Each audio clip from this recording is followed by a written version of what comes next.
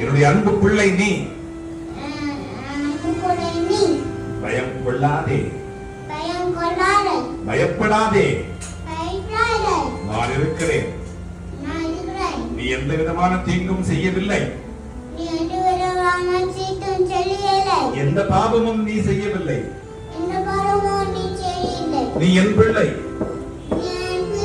ஒருவேளை நீ தவறு செய்திருந்தாலும் ஒரு தாயை போல துவாரகா மாயி உன்னை மன்னிப்பேன், உன்னை அணைத்துக் கொள்வேன். நீ என் பிள்ளை. உனக்கு எந்த குறை இருந்தாலும் நான் அதை நிவர்த்தி செய்வேன், நிவர்த்தி செய்வேன். உன்னை கரம் பிடித்து அழைத்து செல்வேன். உன்